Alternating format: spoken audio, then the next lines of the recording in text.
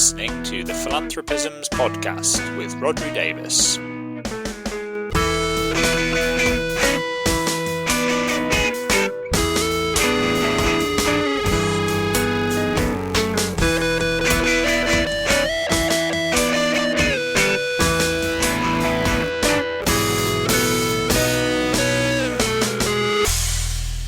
Hello, you're listening to the Philanthropisms podcast. This is the podcast where we try to put philanthropy in context. I'm your host, Rodri Davis, and this week we are talking about risk, success and failure in the context of international development and charities working globally. And I'm joined by three guests. I'm joined by Sarah Jeffrey, who is from the Vitol Foundation, where she is in charge of their health portfolio. And she's also the chairperson of a thing called the Risk Pool Fund, which you will hear plenty more about in this episode of the programme.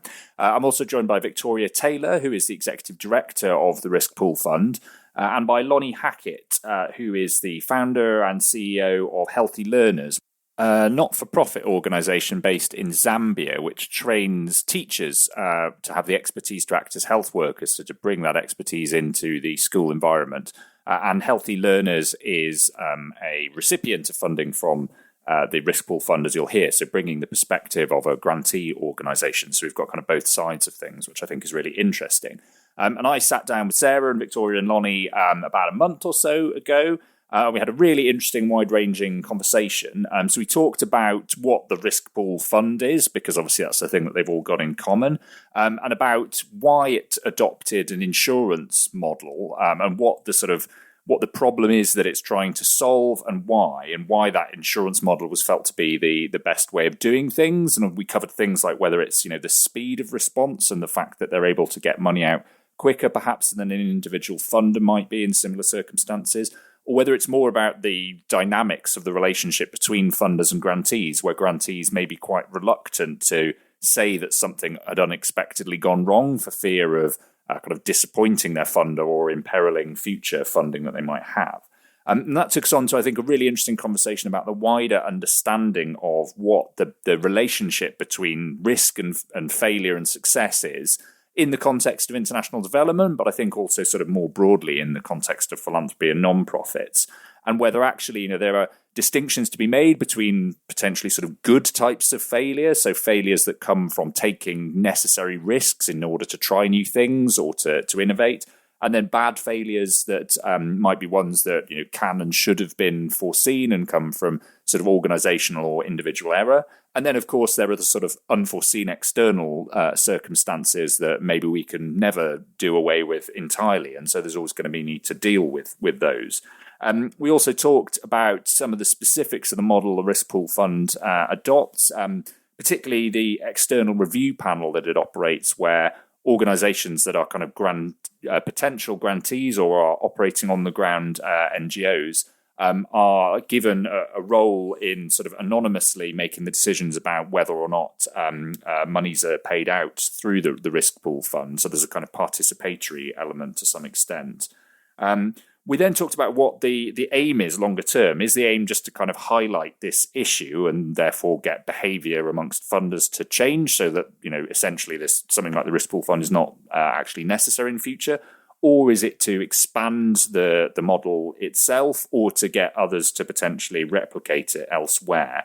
And then we talked a bit about the particular impact that the recent dismantling of US aid and the sort of knock-on effects that has had on organisations on the ground, but also the kind of follow-on that we've seen from other governments who are kind of reducing aid spending commitments, what impact that might have on international development organisations and NGOs operating in various places around the world, but also on the whole question of sort of risk within that context. So without further ado, let's get into the conversation. I really enjoyed this one, so I'm hoping that you very much will too. And then I will be back at the end for the usual little bit of housekeeping.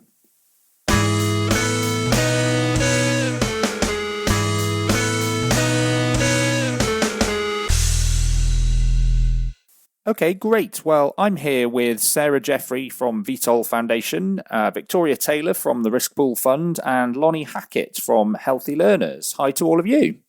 Hi. Hey, everyone. Hi, great to have you on the podcast. Really interested to talk about this. It's a really interesting model, I think, what the Risk Pool Fund does.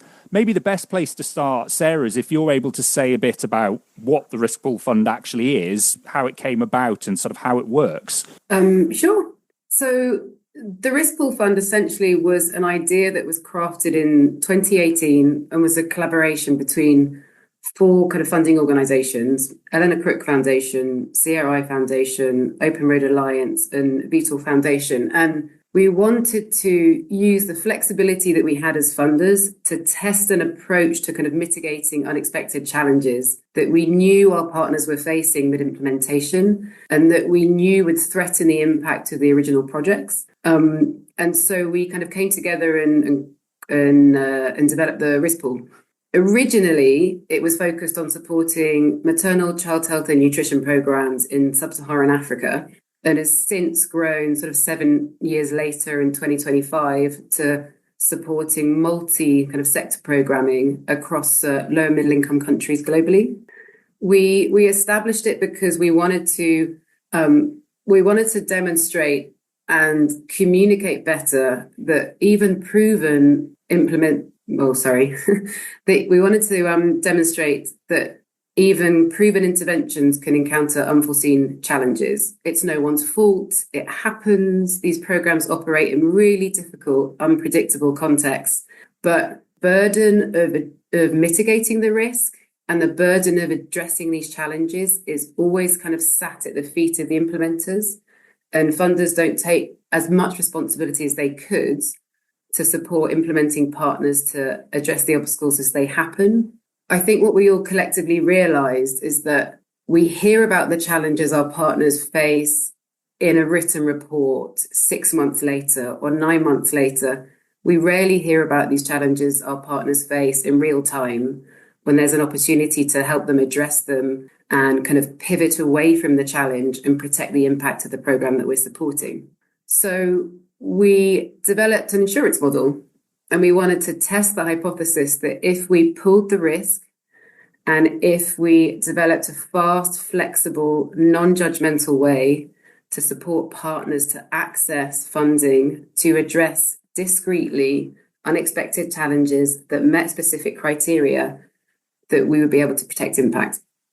And in 2023, after 5 years of working, we tested our original hypothesis. So our original hypothesis was based on research that Open Road Alliance did in 2018, which said, we've interviewed over 100 implementers and funders, and we can confidently say that 1 in 5 projects will experience an unexpected challenge during implementation, but many of them won't tell their funders. And they won't tell their funders because they fear reputational risk. They fear it jeopardizes future funding opportunities. And so they will try to address the challenge internally and kind of suffer the consequences of that. In 2025, when we did the research again, we wanted to check that that hypothesis held true. You know, the world was different. COVID had happened. The decolonization of AIDS conversation had kind of really progressed. Might that mean that organizations were able to have conversations differently with funders? And it turns out the answer is no. It turns out that that kind of 1 in 5 hypothesis was holding true with the partners that we interviewed.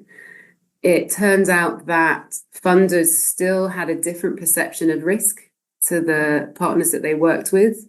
And there were different perceptions about how comfortable implementers felt talking to funders about it and kind of getting some support. So I think when we first started out, you know, the first year we did it, we were supporting 20 organizations and 20 nominated projects across 4 funders. And now we're supporting in 2025, 120 projects who are on the roster. So I think we are increasingly confident that we've got more and more data points. And I think as a participating funder in the risk pool, you kind of play a crucial role in supporting and protecting your investment. So it's one part very much about supporting implementers to be able to do the job that they want to do and to not feel that they can't communicate when challenges are happening. But also, really, we invested in it because we wanted to protect impact. Like, we fund the projects we fund because we care about the community that's being served, and we care about supporting the partners who are doing that difficult work to do it as best they can. And this was a way of doing that. The way it works is that participating funders, you contribute $15,000 per year for each nominated project. And through the mechanism of the risk pool fund, those projects can apply discreetly, confidentially, which is critical, to Vicky, who I'm sitting with, the executive director of the risk pool fund, to explore whether the discrete and unexpected challenge that they're experiencing kind of meets the criteria of the risk pool fund. And they can be awarded up to $50,000 either in a grant or in a kind of interest-free bridging loan. Yeah, really interesting. And I want to come to Lonnie in a second to get the perspective of someone leading an organisation on the grantee side. But just wanted to check, Victoria, if there's anything you wanted to add that you thought was kind of particularly important about the model itself. Yeah, I think what's really interesting about the model is the speed in which we can provide that loan or that grant. So we aim to, from the moment we get contacted to when the money hits the account, to do it in 2 weeks, but we have had money out the door in as little as 28 hours in emergency situations. And the reason we can do that is that all of these organizations are pre-vetted by the nominating funder. They've been through, for example, Vitol, CRI's due diligence process. So my role and the role of my independent panel that assess each application is not to establish whether the original project or the original program is good, bad, or whatever. It's to say, is the problem that they are currently experiencing unexpected? And can the solution that they are proposing completely resolve the problem for less than $50,000? Because our maximum amount is $50,000. Once those criteria have been met, then it's just a case of awarding the grant and getting the money out the door. And I think that's fairly unique because with all the best will in the world, most funders they work within their own organizational guardrails and they can't move that quickly. And I think another unique and really interesting part of the fund is that it is completely separate from the funders that nominate organizations. They don't know. Sarah won't know if one of her organizations has applied and received a grant. It's kept entirely confidential. And the award itself is made by an external review panel. So we have a pool of 60 external reviewers. These are all individuals with experience in low and middle income countries in the sectors we work. 50% of them are actually based in the geographies we serve. And they make a judgment. So 3 will sit and look at every single application and they will say, does it meet the criteria? Is the solution, going to work? Can it be done within the time frame? And ultimately it's their guidance that we follow. So it's that speed with which they work, but also that separation from the original funder, which I think is fairly unique. Yeah, that's really helpful. And there's a few things I think in there it'd be good to sort of come back to and unpick a little bit. But Lonnie, I'd really love to hear from you from the perspective you've got, as I say, as a grantee organisation that has been part of the Risk Pool Fund. How did that come about in your case, and sort of how have you found the process, and why has this particular structure been useful to you in terms of the work that you do?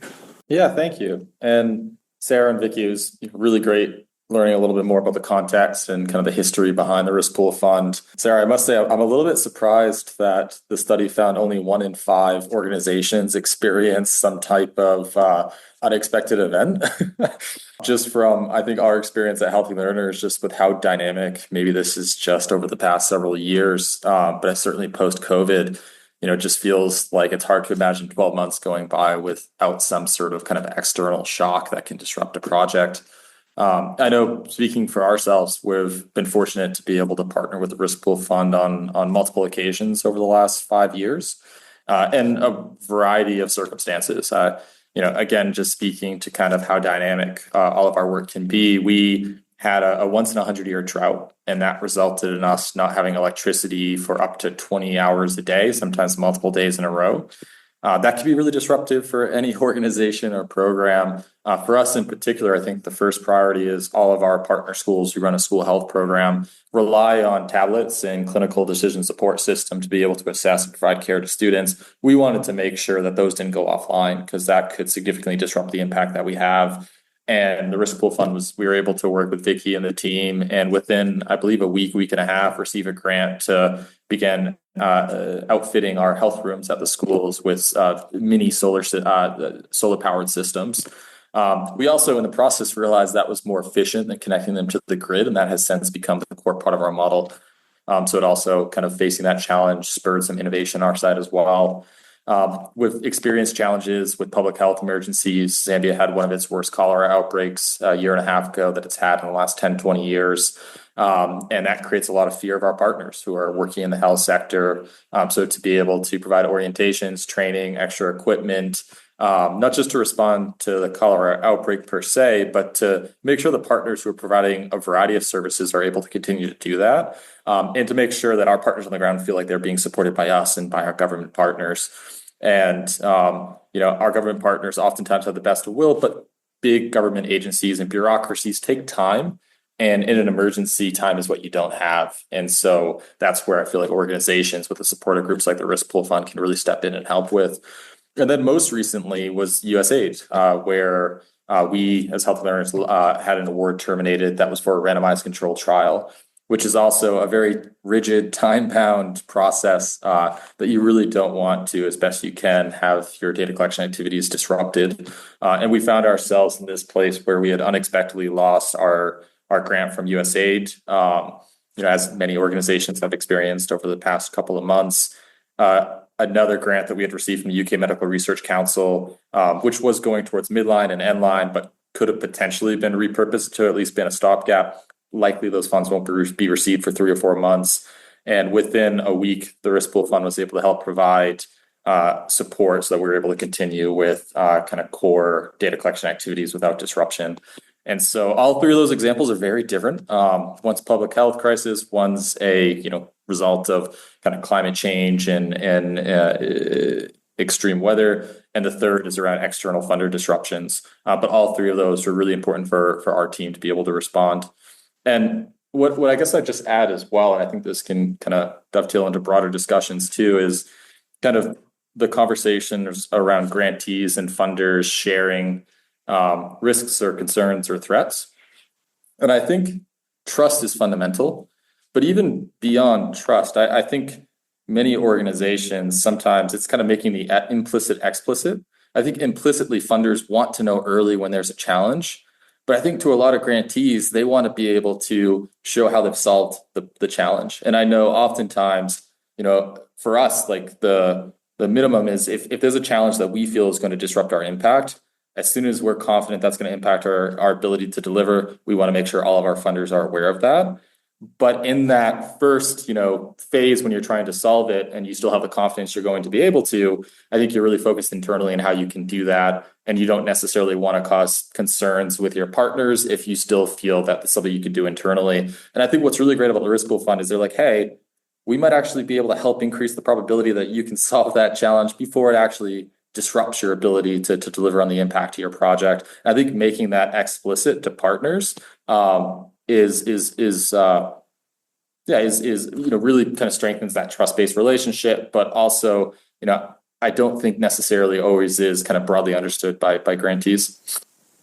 Yeah, it's really interesting. I was going to ask Sarah and Vicky on that, because I think one of the things that struck me looking at the model of the Risk Pool Fund is there's all kinds of different aspects. And you mentioned there, Lonnie, the speed of it is a really important one.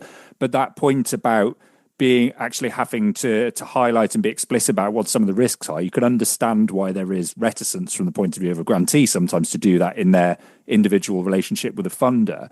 In the research that you've done looking at the fund, have you found that is something that you sort of consistently see being highlighted, that actually this can't always happen on an individual funder grantee basis because there is that kind of reticence about, opening up about some of these risks ahead of time or once they've happened, because they want to kind of deal with them and not damage that relationship? I think from my perspective, yes. Yeah. I think it's really difficult to create a laundry list of things that could go wrong possibly over a 3-year period. And the longer your list gets, the more you risk looking like you're unable to deliver the program, I think. And the more you risk being caught out if there's an eventuality that wasn't on a really long kind of detailed list. And given the world is unpredictable, that's really unfair, right? So I think there are kind of 2 reasons for why it just doesn't work. To expect that implementing partners can identify everything that could possibly go wrong if we accept that the world is unpredictable, nor should they kind of share all of the things that go wrong when we know that there's biases that are held by funders where there's kind of I think a fairly clear judgment on an organization's ability to deliver, kind of based on how they have communicated all the things that could go wrong, because it gives an impression that you can't manage. So I think it's you're damned if you do and you're damned if you don't, a little bit. And I think that really came through in the research that we did at the end of 2023, beginning of 2024. There are different types of risks. There are internal and external, if you like. And I think external risks tend to be global, and your funder often knows about them. So, for example, the current situation with USAID or COVID in the past, and they tend to be more open to discussions around those things because they know about them, and they perceive those to be completely out of your control. You can't affect, a global pandemic. Internal risks are overwhelmingly reported by those that we did the research with as being creating a greater impact on their program. But those are the things that they are less likely to tell their funder about, because there is this perception that they will be seen as not doing their jobs properly or not having thought of something. But also, from a funder's perspective, they're less likely to know about those. They are less likely to hear when a piece of equipment, key piece of equipment breaks or is held up by a supplier or something like that. They're less likely to know when a finance director passes away in the middle of a massive financial restructuring, which is an actual example, and they needed to bring in a consultant while they hired a new finance director to keep the ship afloat. Your funder is less likely to know about that in the moment. They, as Sarah said at the beginning, they might know about it in 9 months' time at the reporting cycle. And so I think there is definitely a difference between internal and external. And I think funders and implementers view the degree of impact as different of those two, and there's definitely a mismatch there. And is that one of the places where the sort of the collectivization of the risk by having that pooled model really helps? Because it sort of strikes me that for an individual grantee organization to list a big, long list of things that might potentially go wrong inevitably probably does look quite bad and will produce uncertainty in the funder. Whereas if you're generalizing that across a larger pool of organizations, it probably doesn't seem quite as alarming. If there's a long list of things that might go wrong across a large group of organizations, it's probably easier for funders to say, yes, that seems reasonable, and we're kind of happy to accept that those are the sorts of risks that might happen. Is that sort of part of the theory behind the pooling approach?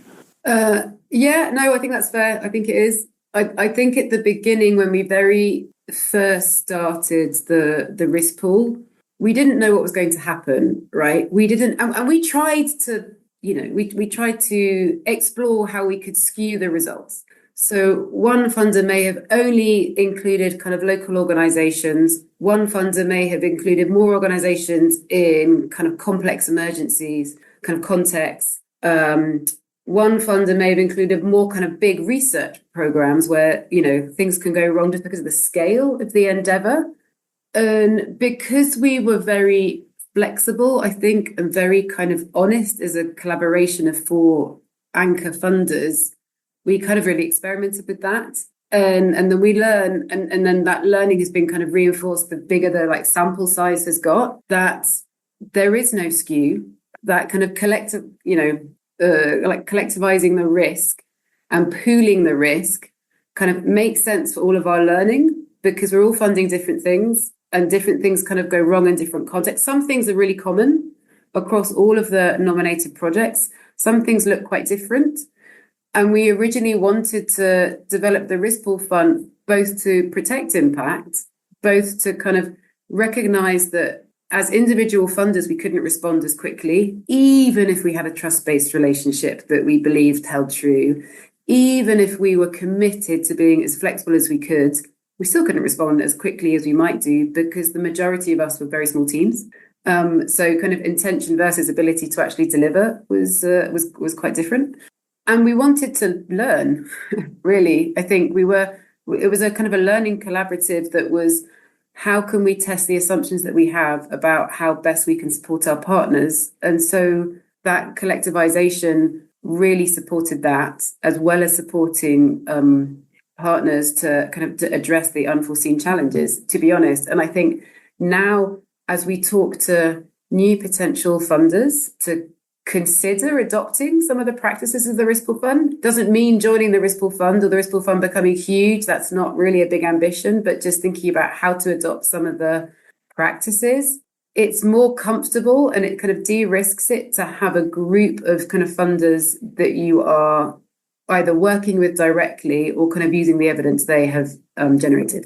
And I think also just really practically, you're pooling the back office costs, you're sharing the back office costs, which are not high. I mean, our running costs are not high at all, but we do pay our external review panel. That's a very important principle for us. These are experts in their field and they should be, remunerated for their time and their skill. And so there is a cost involved. And if you're splitting that across 3 funders, it makes it more affordable for everybody, or 4 funders or 5 funders. And to go back to Lonnie's original point that he made about being surprised that it was 1 in 5 organizations that experienced a problem. I mean, Lonnie, you sort of hit the nail on the head. When we redid the research last year, we found 100% of organizations that we interviewed had at some time experienced some sort of obstacle. And our research and our experience over the last 8 years show that 1 in 4 of our rostered organizations will require help in any given year. And that's interesting that's changed, that's kind of come up from our work. And I think that's the difference, isn't it? It's that there is everyday obstacles and challenges that everyone faces all the time in one form or another, really, to be fair. And then there are the proportion of those obstacles that become really significant and actually kind of threaten to derail impact rather than be inconvenience and quite stressful for a short period of time, but don't really threaten the work and the ability to deliver the quality of the work that a project was delivering before. And I was going to ask Lonnie, because there's a lot of conversation, I think, in the wider world of philanthropy at the moment about the whole idea of risk, because I think there is this, a strong argument that one of the unique values of philanthropy is that it can take risks and take risks of kinds that maybe the state and private sector can't take. But often there's a mismatch between that and then the understanding of what failure looks like in philanthropy and what's the difference between sort of good and bad failure and good and bad risk. When you're thinking about this and talking to funders, how do you try and make those distinctions between the sorts of risks that are good risks in that you're doing something difficult or innovative and therefore it might not work out, and some of those risks that maybe are less good risks in that they could have been foreseen and perhaps kind of prevented, and then that sort of whole bunch of unforeseeable external risks that you just have to be aware of? No, I think that's a great question. And it actually, I was having a conversation with a partner a couple of weeks ago, and we were talking about the kind of optimal failure rate, which isn't 0, because if you never fail, it means you're not pushing yourselves enough. But when we think about risk, we definitely categorize it, because at the end of the day, we're not producing widgets, we're providing services to real people. For us, helping support children have access to healthcare.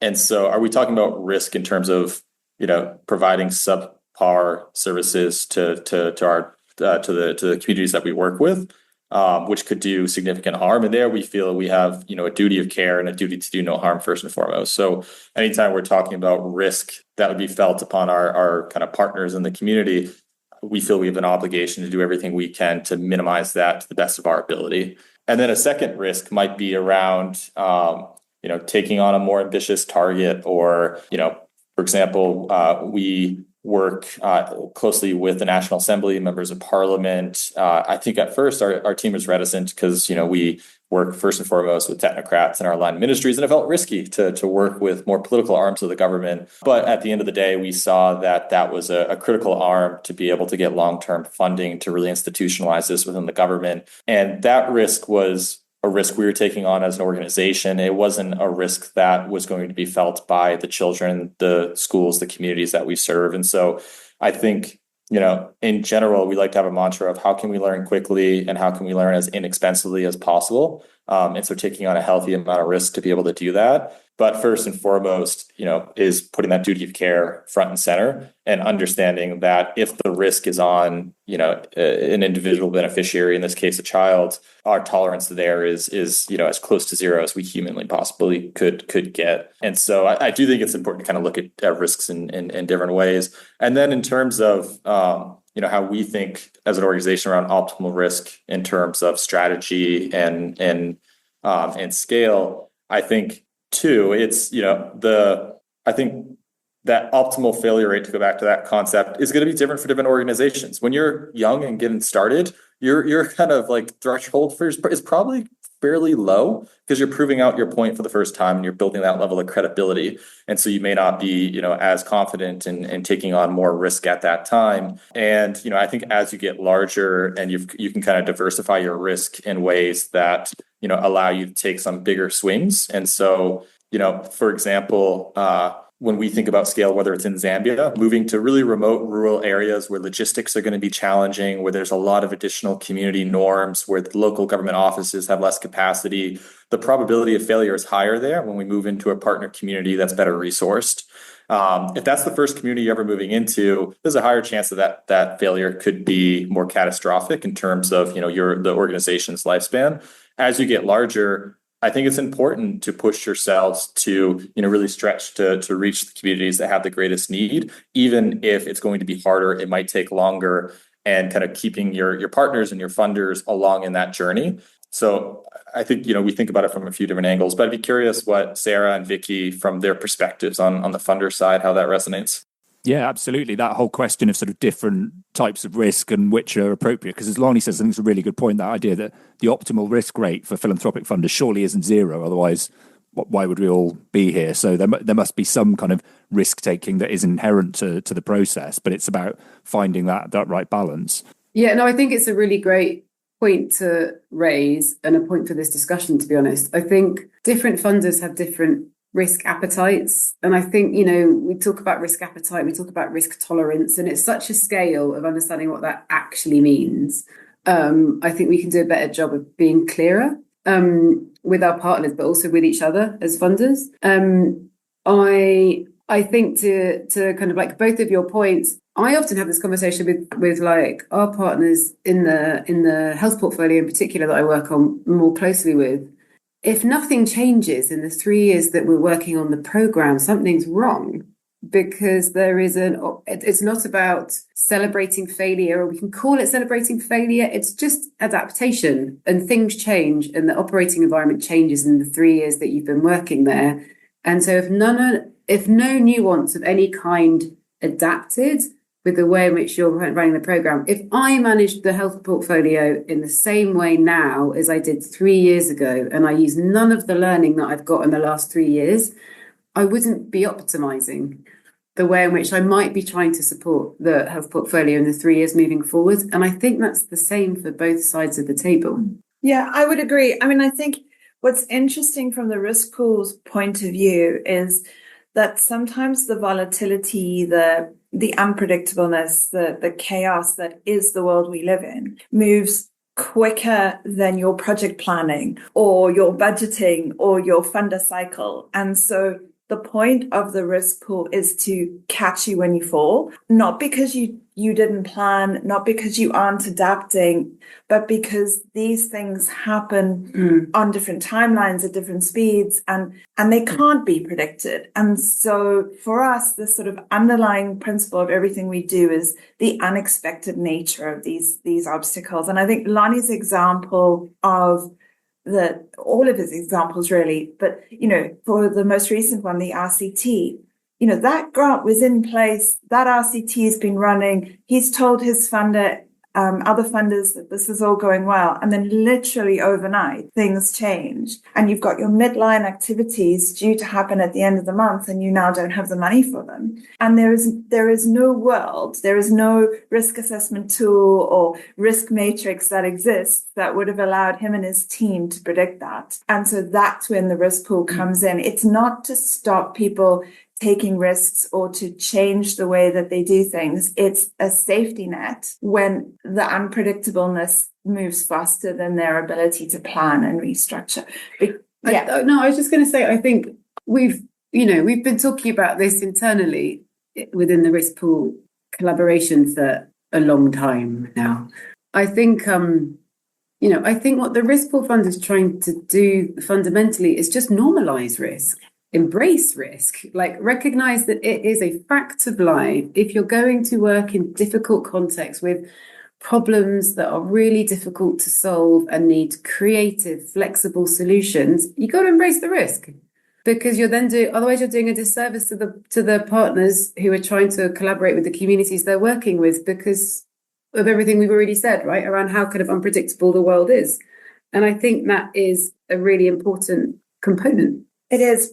And I think what often happens is that funders will say to me, I don't need to buy into the risk pool because I give unrestricted funding, which we know is a small portion of the overall funding. Obviously, that is the sort of gold standard for many, that unrestricted multi-year grant. But what I say to them, and I think, Lonnie, it'd be interesting to have your take on this, is your money can be unrestricted. It can be multi-year. It can be all that good stuff. But money is still finite. And if you're given $100 unrestricted dollars and your problem costs $150, you need to find that $50 somewhere else. It doesn't matter whether it's restricted or unrestricted. Money still has boundaries. And I think if you like a get out of jail free card for funders is I give unrestricted funding. Unrestricted funding isn't a magic money tree. It's still finite. And Lonnie, I wonder, if that resonates at all with you. Yeah, that definitely resonates. I'm still fleshing out this thought, but I also feel like, there's still an opportunity cost. Even if the money's unrestricted, that's money that in your budget was earmarked to go somewhere. I don't know a single organization that's like, I have the next 3 years for a scale-up plan fully funded. So you're creating a gap somewhere else. But I think what that also means is that, you can have these really big risks and challenges, and then you try to solve them as efficiently as you can, which is important, but perhaps a more robust approach would have minimized risk even more.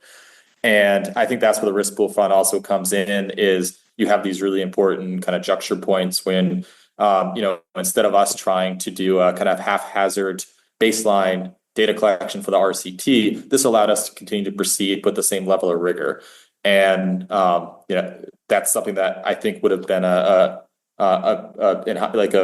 wouldn't have been a great trade-off. And I think the risk pool allows organizations kind of the ability to make those decisions to, fully address situations without feeling kind of the weight of the trade-off of, well, that's a community that we're not going to be able to necessarily move into now, or we're now not as confident that we're going to be able to deliver on the commitments we had made. I think that also touches on an aspect of the risk pool funds that we worked hard intentionally around, but we weren't quite sure if it was as useful to the nominated projects as we'd hoped. And again, the kind of slightly more richer research helped us identify that and be confident around that, which was the light touch approach. Like, we were really intentional that the way in which a nominated project could apply to the risk pool fund was easy.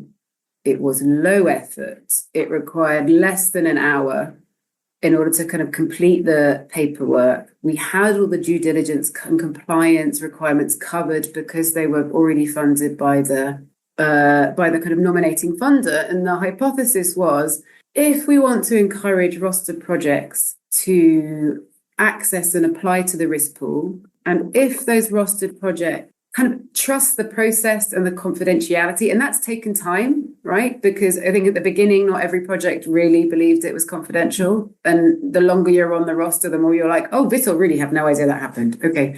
Like it does kind of hold true.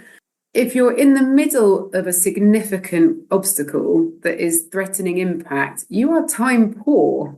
You are trying to address it. So having an onerous application process to support you finding a quick solution is counterintuitive. And when we asked and evaluated the actual kind of like functionality of the risk pool itself versus speaking to kind of funders and implementers in the space more kind of widely as a different part of that 2023 research, we wanted to know what was working well and what we could improve on in terms of the kind of the risk pool operations. And I think time and time again, it was speed, absolutely, but it was also light touch. It was those two kind of magic components that made it really accessible and made it a resource that was helping rather than adding additional pressure. Yeah, that definitely resonates with me, and it was something I was thinking about earlier as we were chatting. Just when you're in an emergency, what you don't have is a lot of time to write grants and work on applications, because your first priority is how do we solve this challenge that's in front of us. And so a question I had from, if this is something you looked at your research, I imagine kind of the ability, because again, when you're faced with an unexpected challenge, probably first is let's solve this, and second, let's communicate to our partners. And for smaller organizations, you don't have large communications team or partnership teams, development teams who can necessarily have those two things run concurrently, and that creates a challenge as well. So I guess I'd be curious if in your research you've seen different responses from big versus small organizations, and kind of alongside that local versus more global organizations. And also just for that to kind of reiterate how important it's a process that once you have a clear understanding of what the solution is, within a few hours, you're able to have that application put together. And Vicky, I think you're part of that special sauce too, because I know our team has really appreciated working with you. And I think as well, being able to run by like, hey, we have this challenge. We think it might be a fit for the risk pool. What do you think? Is extremely helpful as well, having that open dialogue before we even start fully working on that application. And I think the more organizations have experience, because for the first 2 years, the risk pool fund was open, I don't think Healthy Learners had applied. But then once we had gone through the process once, we realized like, oh, wow, like all these pain points we experience, many of these would be fits for this. I think that also, and just the kind of familiarity, the trust, and kind of understanding the process was quite helpful too. So I'd be curious if that's something you've experienced as well, that once organizations have more exposure to the risk pool fund, that changes their level of engagement as well. I would just say, and I'll kind of defer to Vicky as well, but in the first 2 years of the risk pool fund, we didn't have a kind of executive director, and we didn't have an expert review panel, which is why I was kind of saying earlier, right? Like it was a real learning process for everybody who was involved in it to explore some of the assumptions we went into it with, and just how to make it a bit more shipshape and fit for purpose. And so, yeah, like in the first 2 years, we didn't have that many applications. I think we had 18 applications in total and issued 9 grants. It was really low. And part of the reason for that, I think, was that it was the funders who were judging the applications and making the kind of funding decision. That was one thing. And I think that's really changed with the expert review panel and that just sort of separation. And I think that separation is more formalized now than it's ever been, because in January of this year, the kind of Risk Pool Alliance was registered as a community impact organization. So now there's complete separation of kind of investor and kind of governance.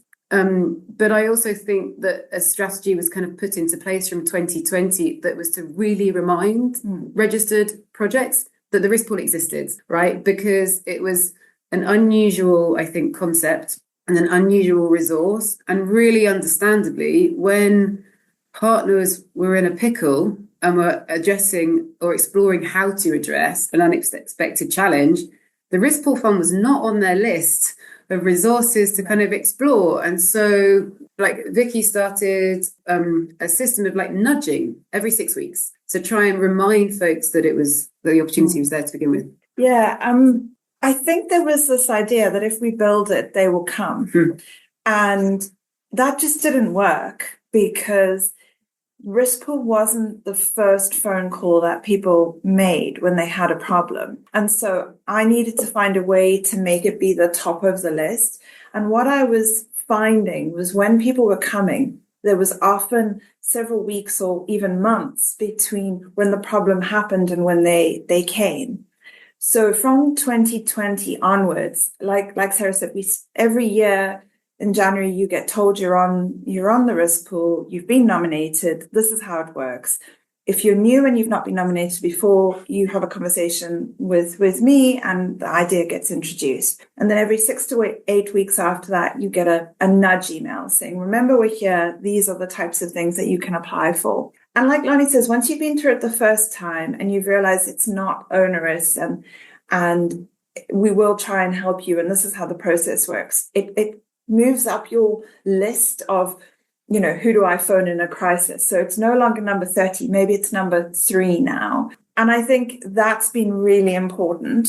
The separation's really important. Lonnie, you asked a question about, is there a difference between big organizations and small organizations? In the original sort of 3 years, we looked at this and we couldn't find any difference. But the last couple of years, I've started to keep track of how long it takes people to come to the risk pool when they have a problem. And overwhelmingly, there are 2 factors that make you come sooner. If you've had funding before, you will come sooner. But the other factor is small organizations come quicker than big organizations. And I think, and this is just a theory that needs to be tested, but I think that's about their internal systems. If we use your team as an example, Lonnie, someone on your team can pop me an email and say, we've got this problem. And I can very quickly say, yep, that's it, go for it. I think if you're working in a big development team or a big comms team, there's a lot of internal wrangling and that often takes longer. So that's the difference I've seen. And I just really like to pick up on something about the role of the expert review panel, because you mentioned it here a few times, but just to sort of be clear about who those people are, how the panel's been pulled together and what role they play. Are they representatives from organisations that are grantees within the Risk Pool Fund, or are they organisations that are representative of some of the different geographies and cause areas that you work in, but not necessarily organisations that themselves would ever be kind of applicants to the fund?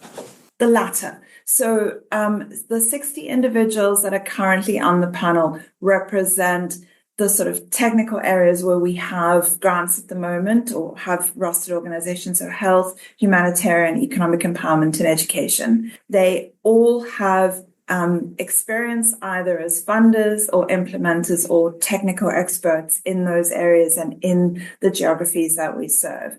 They range in their backgrounds, they range in their skills.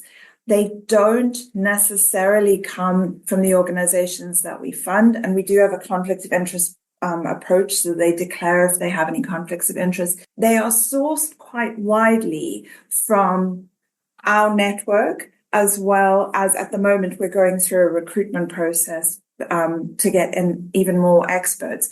We have a really good way of covering all the languages. So we can do applications in English, Spanish, French, Arabic, and Portuguese.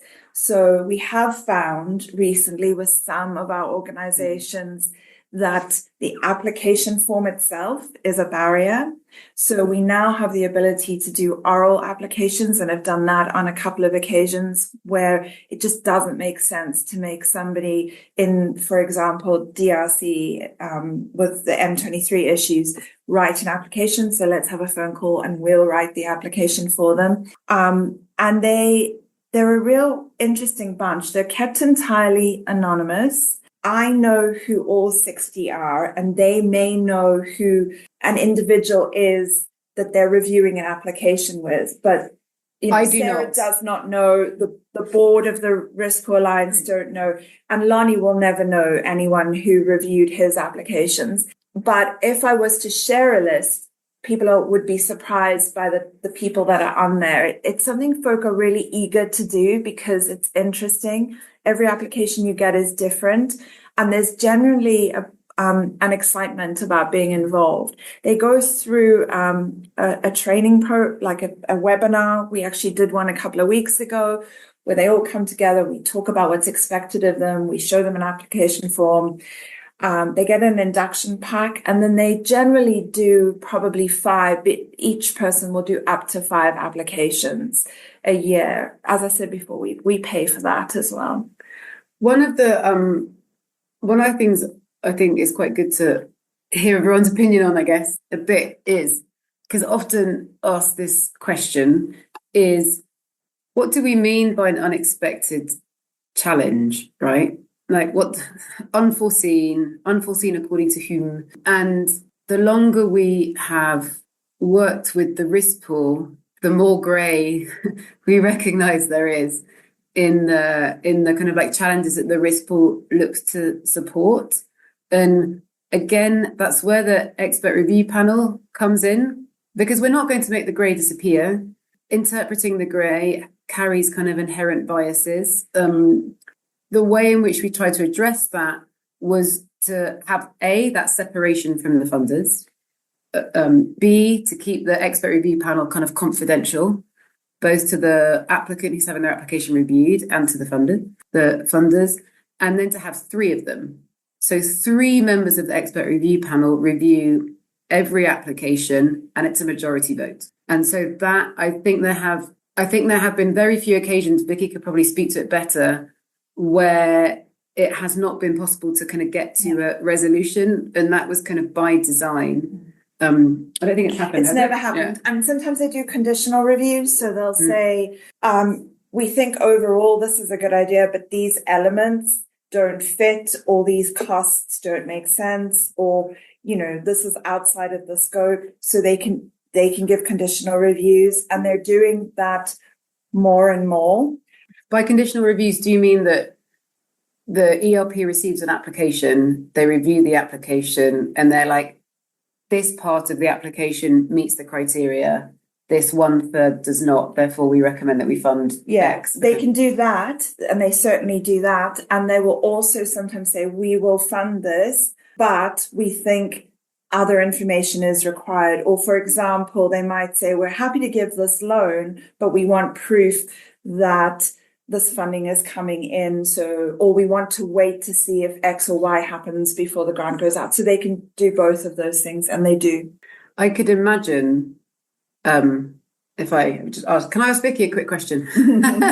I could imagine that with the USA funding cuts, that some of the ELP members have really struggled with what is a discrete solution and what just really is not. No, it's a great question. And I think it's fair to say that because everything has been changing and moving and altering so much, we made the decision with the board very early on, probably on the 29th of January or something like that, that we weren't going to change the criteria for the risk pool. The risk pool would remain exactly as it has always been, there to address unexpected obstacles with a discrete and lasting solution. And that has meant that applications have been deemed ineligible because someone has applied because their USAID funding has been paused, which was the initial issue, with the understanding that their funding would come back on. Well, the panel would say, we don't know. We don't have a guarantee that that funding is going to come back on, so that's not a discrete solution. Or they've had their funding cut, and the 50,000 that we're giving them isn't going to bridge the 1 million gap of the USAID funding. So, there is more ineligibility, if you like, at the moment than we've ever had before. And sometimes that's happened within a few days. An application's been approved because they had a stop work order, then they had a waiver, and then their contract was cancelled, so everything's been reversed. So it's been a movable feast. That's really interesting, because I've been slightly doing my job for me there, which is very nice and benefit. But I very much wanted to ask, because obviously the context at the moment around the cuts to USAID, I think, is clearly the question of risk in the context of philanthropy, and particularly sort of philanthropy and international development, is suddenly just changed. So many things are up in the air. And I'd just be really interested to hear Lonnie's perspective as well, because I know you mentioned that some of your work had been affected by those cuts to USAID, but just in terms of what you're seeing and what your sense is of how it's going to affect, you and organizations like you going forward in terms of those questions of risk and the challenges it's going to pose. Yeah, and I wish I had all the answers to that question. I certainly don't, but can kind of share where some of the conversations we're having internally and with our partners. In terms of what we're seeing on the ground, we operate in Zambia. Our entire team, sans 2-3 people, are based here in Zambia. We're, a Zambian organization, and the NGO sector here has really been hit extraordinarily hard by this. There are a lot of big international NGOs that operate, and PEPFAR funding, so USAID funding, CDC funding, made up the vast majority of support to those organizations. And so I think, we have many peers and friends that were directly impacted far more significantly than we were. And I think what we're trying to wrap our head around is, what does this mean for kind of the international development sector more broadly?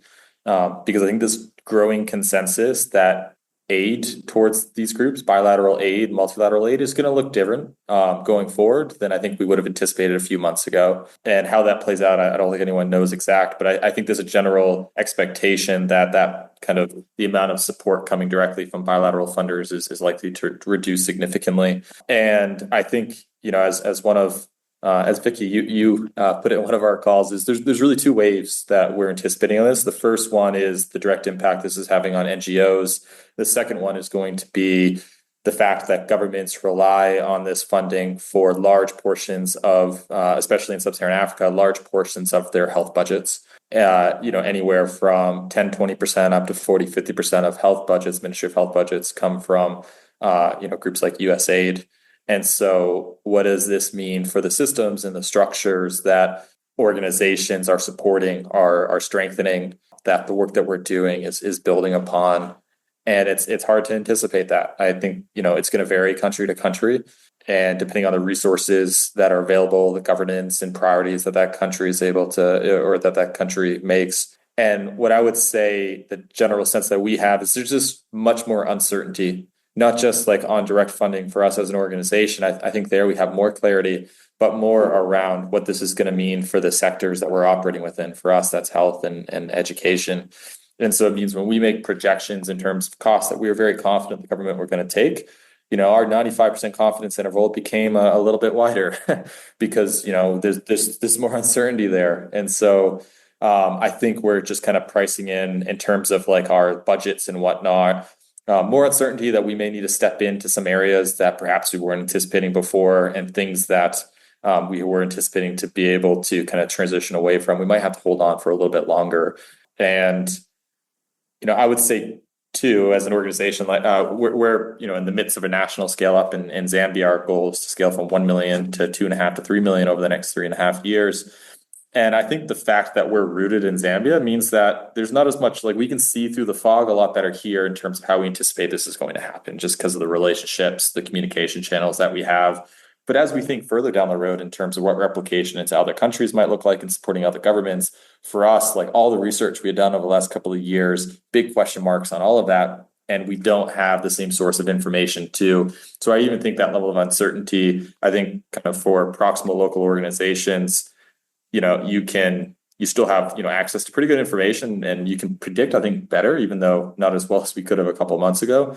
Whereas, for organizations that are thinking about moving into kind of new markets, new countries, and those sorts of things, it just feels like the risk of that is that much greater now. But I'd be curious what, Sarah, you and Vicky, what your crystal ball is, is telling you guys. Yeah, I was going to ask, what you're seeing both in terms of those kind of direct short-term impacts, but also it's very early days, and as Lonnie says, there's an enormous amount of uncertainty, but what sense you're getting of the impact that some of these decisions might have on other funders and on governments.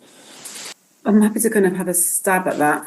Small question. Yes, it's a big one, definitely.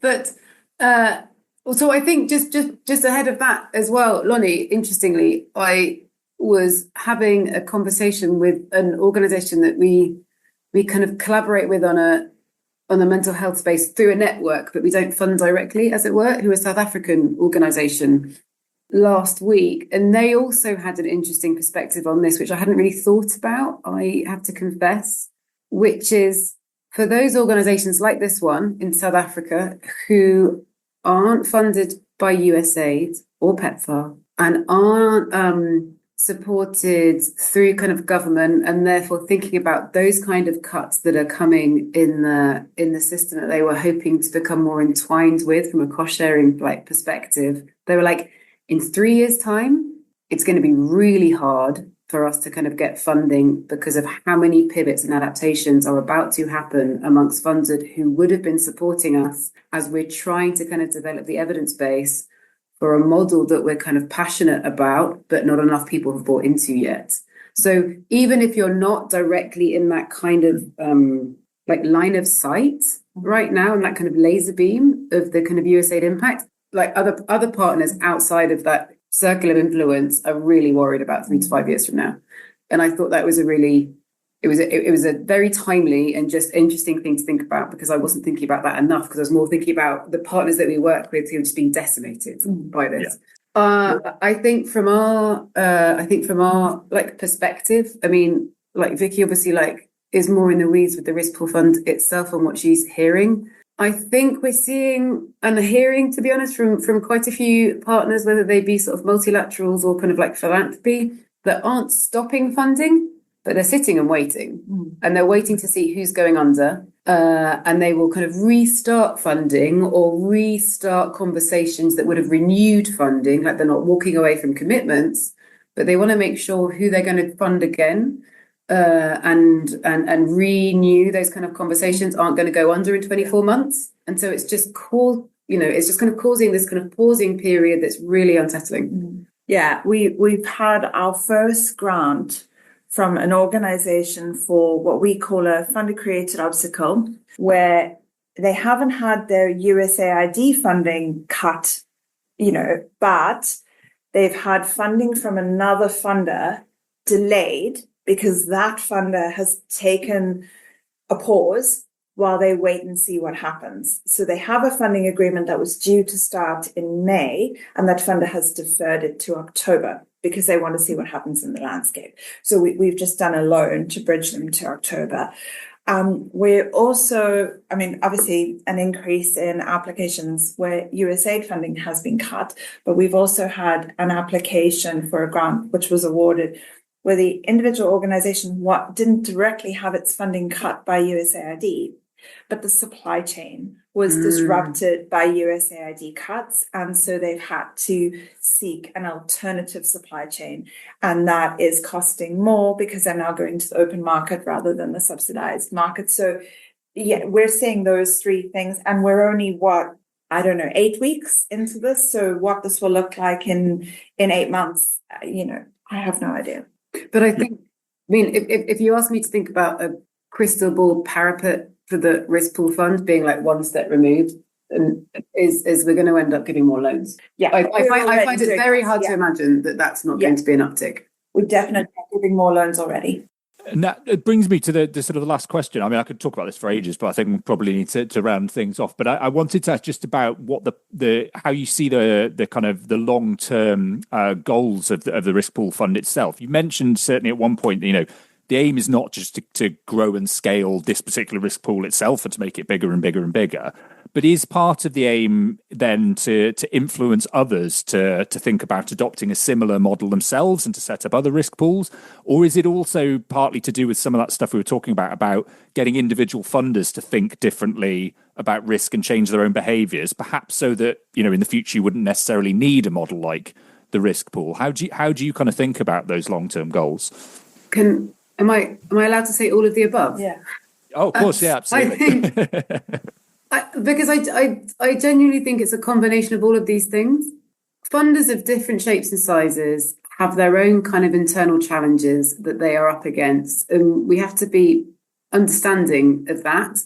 And there are some kind of funders where they know it's takes a long time to kind of make a change, and they are kind of slowly kind of collecting an evidence base to support that case, but it's not going to happen in 3 months, right? It's not going to happen in 6 months. It might happen at the next strategic period, which could be in 3 years' time, depending on what their strategy review process looks like. Do we want the fund to become huge? No, not really.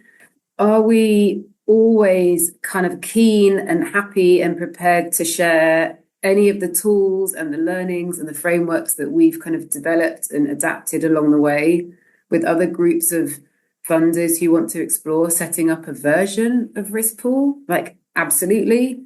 Do we think that perhaps some of the easiest solutions in some ways is just to advocate that people approve contingency budget lines, right? I mean, we've had our own conversations about this kind of internally. There's challenges around this, and the risk pool fund was a way of us getting around that challenge.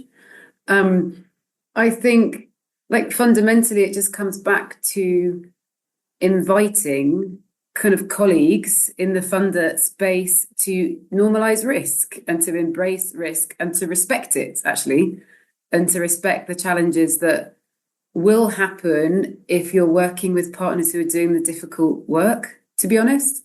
I do think that's kind of the bottom line from our perspective. And I think that would be the measure of success would be we repeat the research in 3 years' time, and there's a slightly closer kind of meeting of perceptions of risk between the implementer and the funder community.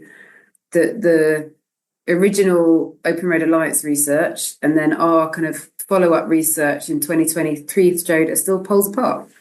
And I wondered, Lonnie, whether just you had any final thoughts on that, from your point of view, not necessarily particularly about the risk pool fund as it is now, but in terms of that question of, what would ideally happen in terms of discussions about and thinking about risk in the funder space? What would be most helpful to an organization like yours?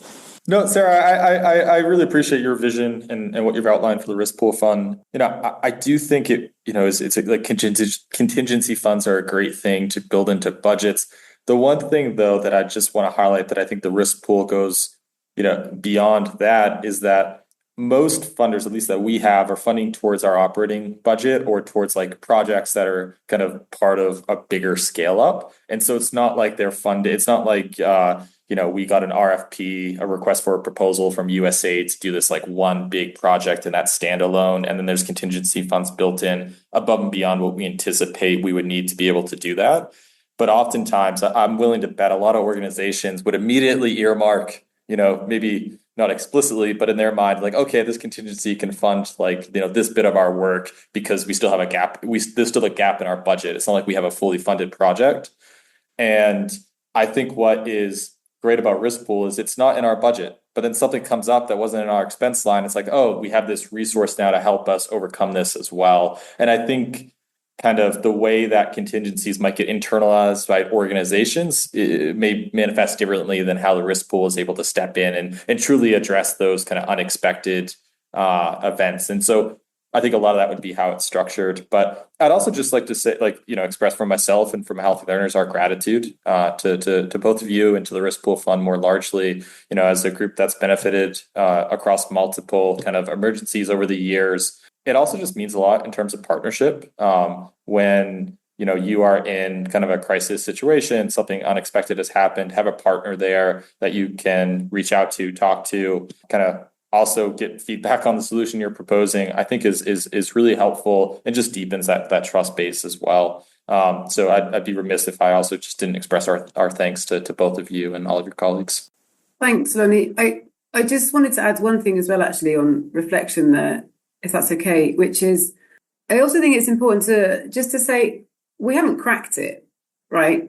And we're not in any way assuming or thinking that we have cracked it. And if anyone is listening to the podcast that is involved or knows of other ways of supporting these kind of challenges, have come up with other solutions, other kind of like creative funding mechanisms, we want to hear about it. We want to kind of like learn about it, because it's a small community that we found, but that's just what we found so far. So a real kind of just request for anyone who has any kind of ideas or experience looking at different ways to support kind of risk mitigation and embrace risk among partners, then we're all ears. And yeah, a great call to leave. And I'll put links in the show notes to places where people can find information, where they can get in touch with you if they do have thoughts. And I'm sure people will, because I do think this question of risk and philanthropy at the moment is such a massive one. And as we say, the context has made it even more acute. Just remains to say thanks ever so much to all three of you, to Sarah, to Lonnie and to Vicky for coming on the podcast. It's been a really fascinating conversation. I've really enjoyed it. I'm sure people listening will as well. And I wish you all the best with the work in the future. Thank you very much. Thank you.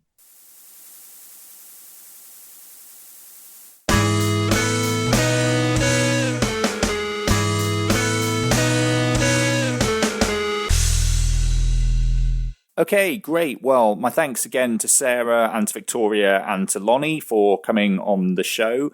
I think you'll agree that was a really interesting conversation about a really important and timely topic. I'll put links in the show notes to places where you can get some relevant reading about things that we discussed in the show, and where you can find out more about things like the Risk Pool Fund.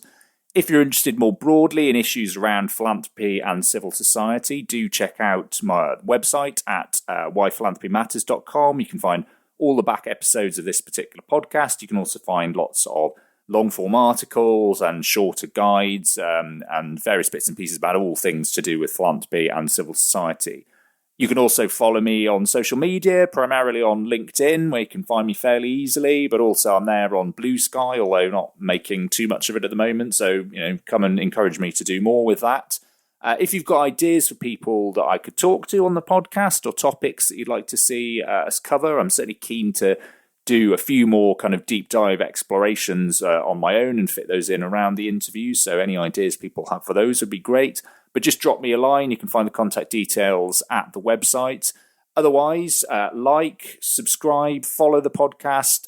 If you've got time to leave us a nice review wherever it is that you get your podcasts, that would be really great, because it all helps in terms of boosting us up the algorithm. And I will see you next time. Bye!